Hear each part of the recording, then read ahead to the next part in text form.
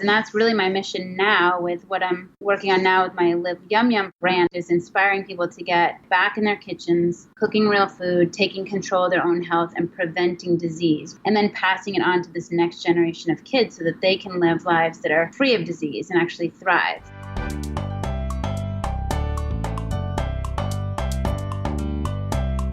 Welcome to the Wise Traditions Podcast, sponsored by the Weston A. Price Foundation for Wise Traditions in Food, Farming, and the Healing Arts.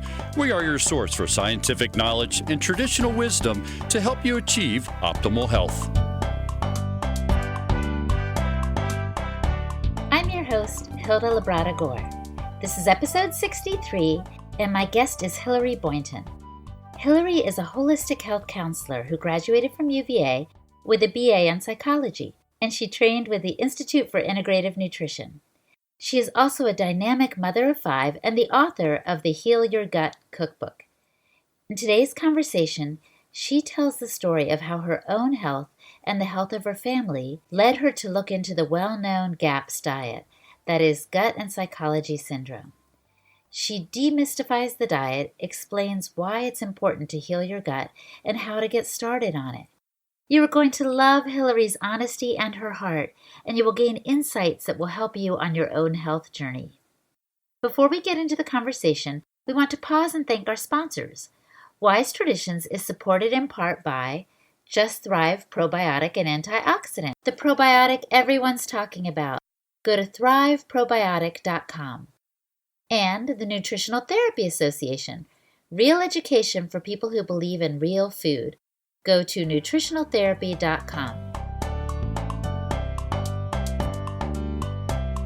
Welcome to Wise Traditions, Hilary. Thank you so much. I'm psyched to be here. Thanks for having me. I was reading your bio and I was blown away. Oh my gosh, you have done so many things in your life. And I want to know, what got you going? What was the initial health crisis that motivated you to get involved in nutrition?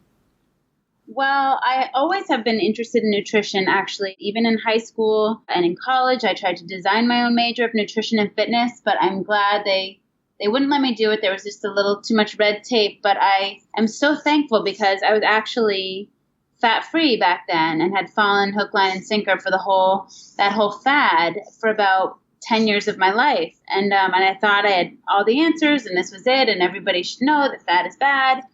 And then it was when I was 26 that I was recently married and couldn't have babies. I had 4 miscarriages over 3 years, and it was the hardest time of my life. And I ended up having triplets through in vitro. And then, so I started to think about food as I had children and whatnot, and I made their own baby food and stuff like that, but was still buying the organic pirate booty and all, the snacks that we thought were healthy because they said organic. And then I thought maybe we should try and have one more baby and see what it's like to have one. And boom, I got pregnant instantly, and he stuck, and he came, and he was about 2 months old, and he had severe eczema head to toe. He was scratching every night for like 2 hours. In the middle of the night, I had to pin him to my body. None of us were getting any sleep. It was just a really awful, awful thing. It was so sad to watch him suffer, and I tried everything. Tried holistic things. I tried, going to all the doctors, and they all said, oh, he's just got eczema and he's probably going to have asthma and allergies. They just run hand in hand. Just put the steroid cream on him and give him Zyrtec. And I resisted that for a long time. And then finally I ended up doing that. And it did take the eczema away, but I saw quickly that if I didn't do it, it would just come back. So I knew it was a Band-Aid, not the cure. And then my friend, Kristen Canty, who's the one who produced Farmageddon, the movie, she had been talking about this Weston Price Foundation. And we were trying to change the school lunches and whatnot. And I said, what is she talking about? And she said, you've got to get this kid on raw milk. And I didn't even know what raw milk was. I was like, what the heck is raw milk? And so, but I didn't care. I was like, I'll do anything. So I put him on raw milk and cod liver oil. And he was like, within, I'd say a month or two, completely healed. That's amazing. It resonates with me because I interviewed Charlotte Smith, who got into the whole raw milk thing just as you did because her son had severe eczema and so did her daughter. And raw milk cleared it up. That's amazing. It was like real food just healed my son when every doctor said that would not be the case. You already had the idea that nutrition could heal because you were starting to take your health into your own hands, weren't you? I was, but I wasn't really at this level. I mean, I remember so shortly after that, there was a Fourfold Path to Healing conference about a half hour from my house. And so I thought, oh my gosh, I'm going to go. And I remember at this point, I had a fifth child who came shortly after the fourth one. So I had 5 under 4 and life was crazy. And I was stressed and living off lattes and, wine at night. And I remember sitting there with my latte, watching Sally Fallon speak. And I just was like, oh my gosh, wow. Like everything she said just clicked and it made sense to me. And I jumped in and started an Amish co-op out of my house, after that conference. And I met people from Weston Price that I'm still really good friends with today. This is about 10 years ago. I definitely had a lot to learn at that point. It just made sense to me. And as you started learning, it seems to me you started coming across more and more people who were also looking for help. Yeah. As I started to dive into it, I couldn't help but spread the word. It's like once you learn something, you can't unlearn it. And I'd seen the power of food as medicine. So I wanted to shout it from the rooftops, let everybody know. And so I really had wanted to go back to school when the triplets were little babies. And my husband was just like, no way. It's like such a time commitment. And finally, the Institute for Integrative Nutrition went online. And so I was able to do it. It was something that I could, time-wise. Mm-hmm. It gave me a little bit of the confidence I needed to just get out and have a certification and start teaching cooking classes and counseling people. And so that was really, like I said, I just wanted to spread it as much as I could. And as you started implementing and taking in all these things that you couldn't unlearn, as you said, as you started taking them in, what health changes did you see for yourself, Hilary? So it was very interesting to me because I dove in also. I was like, oh my gosh, this is the answer. And I dove in and I drank raw milk and raw kefir and all those things. And my skin broke out. So, but I was like, this is the answer. How, it can't be because of the food. It's got to be the hormones from pregnancy or whatever. And it really wasn't until I ventured into the GAPS diet with my book that my skin completely healed. So I think I dove into Weston Price with a leaky gut. And therefore, it was just, they were beautiful, delicious foods, but I had a leaky gut. So they were getting out into my bloodstream and causing a reaction. So let's help people understand this, because I think a lot of the population suffers from leaky gut and they don't even know it. So tell us what leaky gut is and what the symptoms look like. Yeah. So, the symptoms can be anything from autism to allergies to ADHD to autoimmune disease. So what happens is we all have good and bad bacteria in our guts, and you want there to be a balance, and you want the good bacteria to outweigh the bad. And what happens over time, well, this is the way that it really clicked for me, is that when a baby goes through the birth canal, they swallow a big gulp of what populates their gut that's their first inoculation. And with mothers today, myself included, our gut flora is nowhere near as diverse and as complex and rich as our great-grandmothers say. So what we're passing down to our children is compromised. And if you have a C-section, they're not really getting any of that. And I had all C-sections, and I was a C-section baby. So, and then also the average baby is starting out, and this was a while ago, I got this statistic, so it's probably worse now, but the average baby has 287 toxins in their cord blood alone.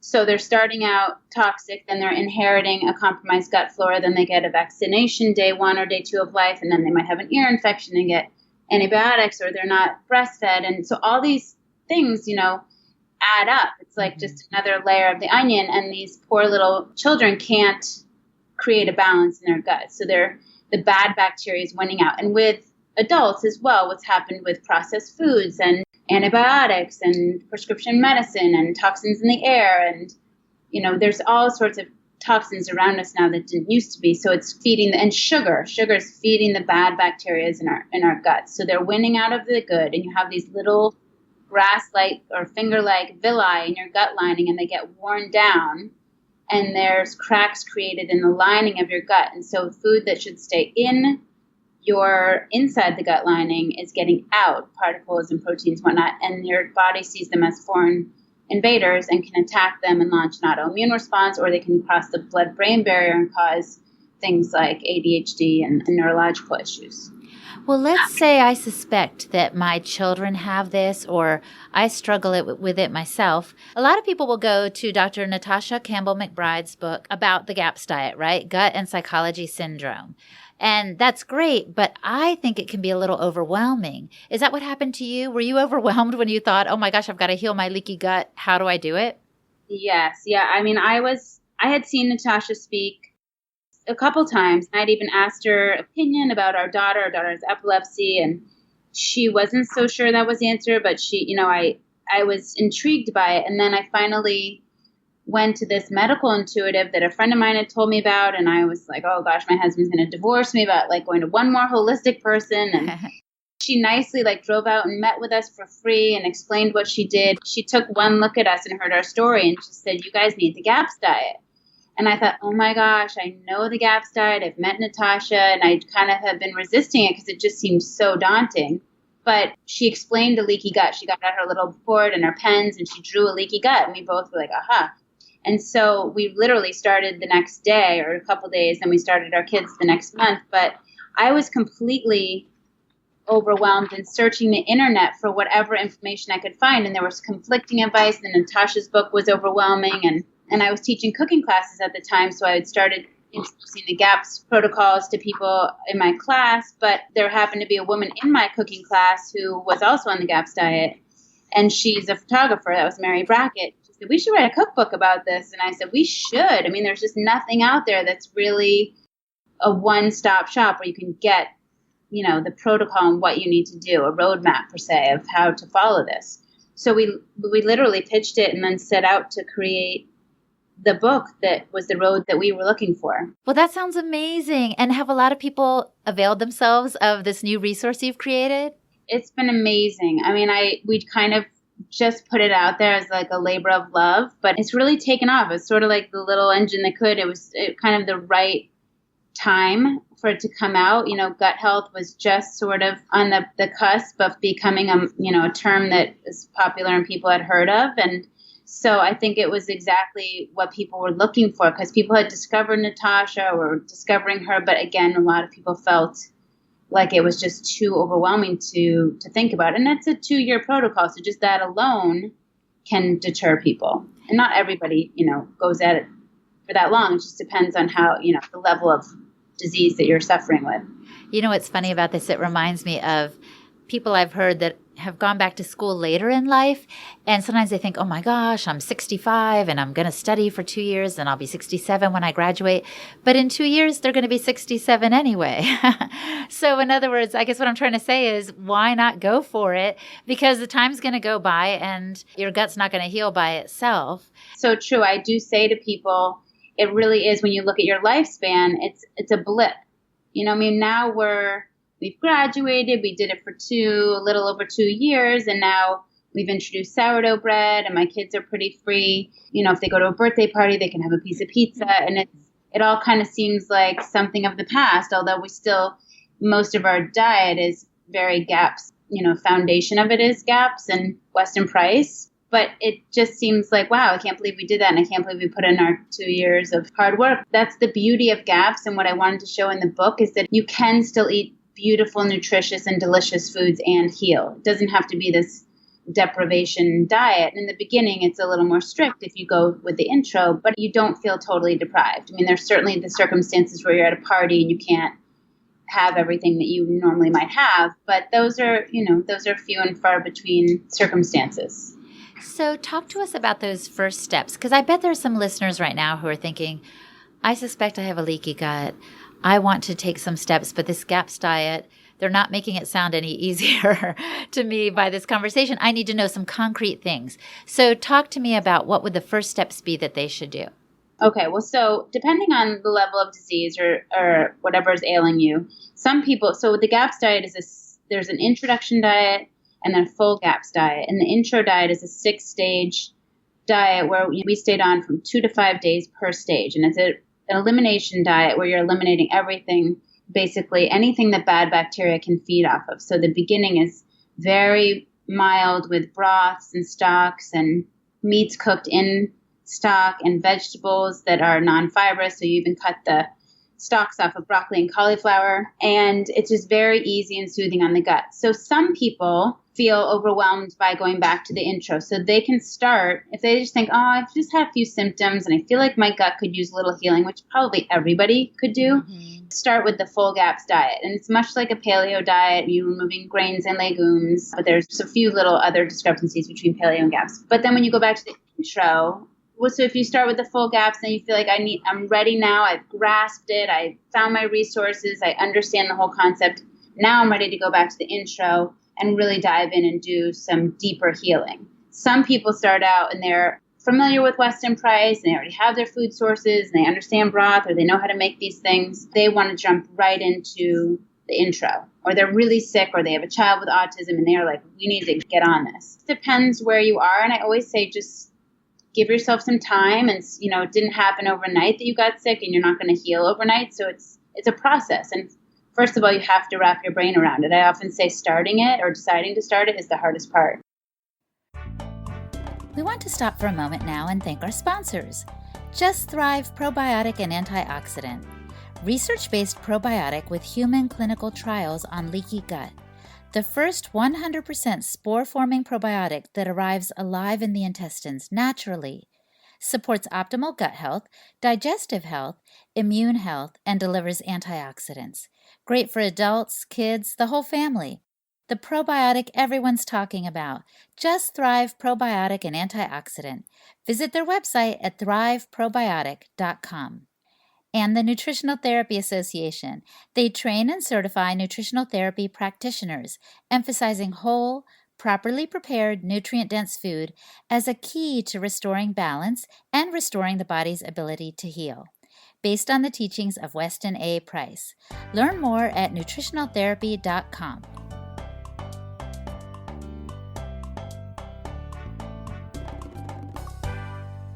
What were some of the changes you noticed with your own family as you guys got going with it? We started to heal in many ways. I think we had this deeper level of healing that we needed to do. We had been Weston Price for about 6 years, so we didn't have any massive condition that we were specifically looking to heal except for the epilepsy, although that she ended up being more ketogenic as we went forward because she couldn't handle so many carbohydrates in the honey. But overall, my skin, speech delays of my boys, 3 out of 4 of my boys had speech delays. My eczema baby was borderline dyspraxic, so I feel like real food healed him, and he's thriving now. I mean, he's actually my smartest kid. In many ways, he just seems effortless in his reading and his writing, and he just gets his stuff done. And here's this boy that didn't speak at 2. So it's really like I just feel like all of us have this level of leaky gut in some way, or level of healing that needs to be done just as a matter of being present in today's society. I mean, just like I said, from the way we were born to the gut flora that we've inherited to the environmental toxins, all these things that we can't control and some that we can. So it was that I just feel now we rarely get sick. If we get sick, it's a stomach bug or something that our immune systems fight off, and which I'm always thankful for, and it's making us stronger. So overall, I just feel like we've got a very solid foundation of good health. You really do. I bet there are people listening that are thinking, I wish my family only struggled with occasional stomach bugs. Like, that is fantastic because so many kids are struggling with so many things. And when I spoke with Dr. Natasha Campbell McBride on another podcast, I interviewed her. She was talking about exactly what you're saying, that we are exposed to so many toxins, that we have taken so many antibiotics, that we've all probably got damaged guts. So I think this Heal Your Gut cookbook is definitely something people are going to want to check out. And I want to hear another story, Hilary. Besides your own family's experience, do you know others who have gone through this GAPS diet or followed some of your cookbook suggestions and found healing? I do. I get letters from people all over thanking me, which is so nice, saying, for the first time we're healing. I thank you so much because I was so afraid of the GAPS diet. And now, I've been able to jump in and it's not as bad as I thought it was. Or a woman in Albuquerque that I've kept in touch with healed her granddaughter of failure to thrive and autistic spectrum issues. And so it's really fascinating. I always say there's 3 things that I've learned from this cookbook is, 1, people are really sick. I get a lot of letters from people saying like, I have this or my child has that. And it's like kind of like stuff I've never even really heard of, or layer upon layer of different things that never was around when I was little. And then so that's been fascinating. Then also I get letters, people saying they're healing for the first time with food alone. So I know that power of food as medicine. And then lastly, we moved to Los Angeles right when the book came out, like 2 weeks before the book came out. And I was, of course, out, spreading the word. And Los Angeles is such a melting pot of people from all over the world. And I would meet people from all different countries who would say, this is the way we ate growing up and we were never sick. And they come to America, or their children have been raised here and they're struggling with disease. So they so clearly see what they ate traditionally from their homeland was, a cleaner, healthier diet than what they're exposed to here, and decisions that they've made, here in America. And it's hard. It's hard for people to navigate. I mean, people, especially moving from another country, you think everything's good and it's the same, and the oils are going to be the same, but it's not. There's so much to navigate. I remember that very first lecture when I was sitting and listening to Sally Fallon drinking my latte, and your opening line was, salads are killing America. And I thought, oh, great. Like, now we can't even have salad. And then at the end of her lecture, she was like, it came out that it's the salad dressings that we're all dumping on our salads. We're trying to be so healthy, but we're eating all of these processed, rancid vegetable oils that are just everywhere. You go down the bread aisle and it's like 99% of the bread in America has sugar in it or high fructose corn syrup. And so we really do need kind of a retraining of the taste buds. And that's really my mission now with what I'm working on now with my Live Yum Yum brand, is inspiring people to get back in their kitchens, cooking real food, taking control of their own health, and preventing disease, and then passing it on to this next generation of kids so that they can live lives that are free of disease and actually thrive. Because I don't know about you, but I know at least 15 people, and maybe 4 or 5 of them have lost their lives in the past few years, who have gotten cancer, and my husband included. He's alive, thankfully, but we've been through a whole cancer journey the last 3 years, and I would not wish it on anyone. And he will struggle for the rest of his life with side effects from radiation. And again, when you get there, I mean, our fights used to be, that I spend too much money on food, because when I went into Western Place, I was like, oh my gosh, you got to have this and that. And it is more expensive, but the price you pay to be sick, we have spent, I say to people often, like, we've gone broke chasing health. You're always out trying to find the next thing that might heal you, or that you can do this. And we spend so many hours driving places, and everything you want to do, insurance doesn't cover. And so it's really important that food is such a basic foundation. And if people can just understand that, and also think of themselves as part of something bigger, as this, like, I make an analogy of things in nature. Like, we stand in awe and look at, like, the redwood trees or a peacock or a whale or all these amazing things that are in nature, but we're no different.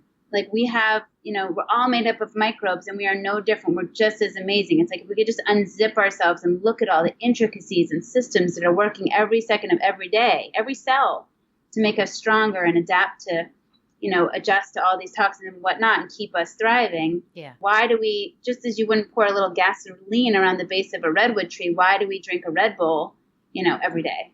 And think that that's not going to, like, at one time, maybe the tree is going to be like, all right, I can shake this off. But then if you do that day after day after day after day, eventually the tree's not going to be doing so well. And so I'm trying to write another book kind of with these philosophies and whatnot, and explaining it so that people really kind of get that bigger picture concept, Yeah, I'm just sitting here nodding, because what you're saying is so powerful and true. And you're getting in people's business when you talk about lattes and Red Bull. And that's the other thing, though. It's like, I was just talking to a woman. I had a coffee. I haven't had coffee in like 3 years, but I had a butter ghee coffee, little thing at this cafe. But I was standing at the farmer's market last week or the weekend before, and was talking to my egg farmer about eggs. And this woman said, "Are you Hilary?" And she recognized me from my cookbook. I was like, oh my gosh, this is so cool. And we ended up getting together for coffee and tea today with her little girl. And I brought her a little girl sourdough bread, and she hasn't had bread in 3 years. And I brought her a little loaf they baked, and she was so thrilled. And we talked a lot about the fear.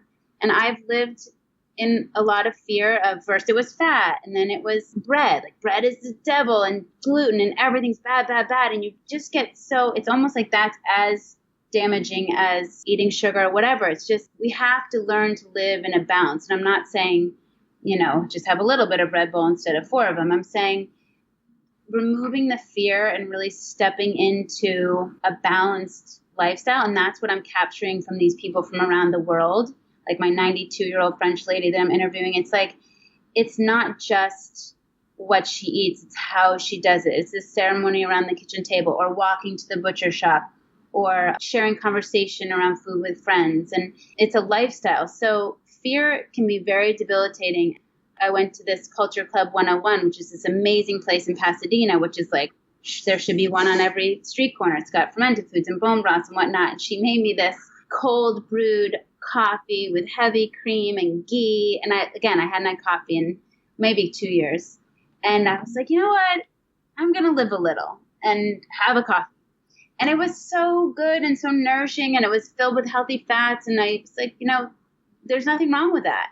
A lot of us, I think, can get into things and have this type A personality, or it's all or nothing. And I think that's also what can cause alienation with family members. I mean, we were both talking about how, like, my in-laws and my family, nobody understood what I was doing with my kids. Nobody understood gaps. They were like, you guys are crazy. Let me just take them out to eat. And, so it's when you become so righteous or so rigid about things, I think, that you can turn people off.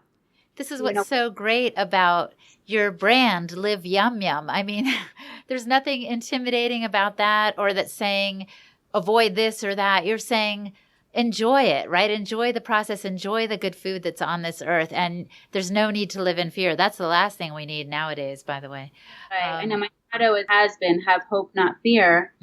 With my husband, because, and you do only, as far as we know, I mean, you live once. We live this life one time. And with cancer or something like that, it can be gone in a heartbeat. And losing friends to cancer. My sister's friend died last year, almost a year ago, at 46 of pancreatic cancer, and left 2 little kids. And I have another friend who lost her husband to cancer with 2 really little kids. I mean, it's so precious. And so you do the best you can. And I certainly am not saying, when you do gaps, you do have to be strict, but then be strict, but then graduate and live and enjoy life. And, I try and put on Instagram 2 or 3 times a day. I try and post what we're doing as a family of 7, and just to show people that, and we're still in the trenches of healing. We still have epilepsy that we're dealing with, and we still have terrible side effects. I mean, they want to replace my husband's entire lower jaw with his fibula bone, which is a year recovery, and he's blending all his foods, which he may have to do for the rest of his life. I mean, it's not fun, and we're in it, but we're in it to win it. And we're also like believing in the power of the human body to heal. Finding that balance, I say, well, hopefully in this new book that I'm writing, it's like a dirty fish tank. So like if you buy, all of us can envision that fish that you got at the school fair, and you plop him in his new tank, and it's happy and he's clean and he's swimming around, and you feed him and then he poops, and you feed him and poops over the first week. And then all of a sudden, like, the tank gets murky and the fish slows down, and before you know it, you're like standing around the toilet bowl flushing your fish. You could like give him all the nutrition and better fish food and medication he needs, or that you think he needs, but if you don't clean the tank, he's still going to die.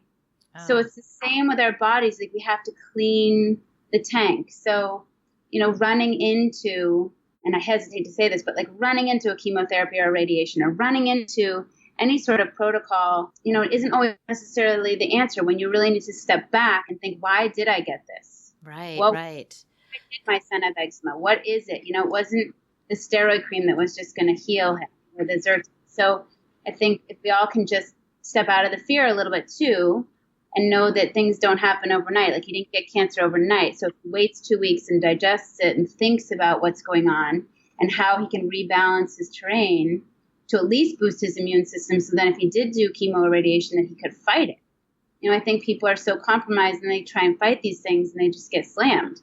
Mm-hmm. So anyway, I could go on and on about that. Yeah, no, that's awesome. I feel like you've said so many good things. I always ask at the end, if the listener could only do one thing to improve their health, what would you recommend that they do? Oh my gosh, it's so hard. Well, as I step into 2017 and all the stuff that we've been through and that I think about, and seeing what's helped us and what hasn't, I think the breath, and I know that's not food related necessarily, but we can go without food for 30 days. We can go without water for 48 hours or whatever it is, but we can't go without breath for more than a few minutes.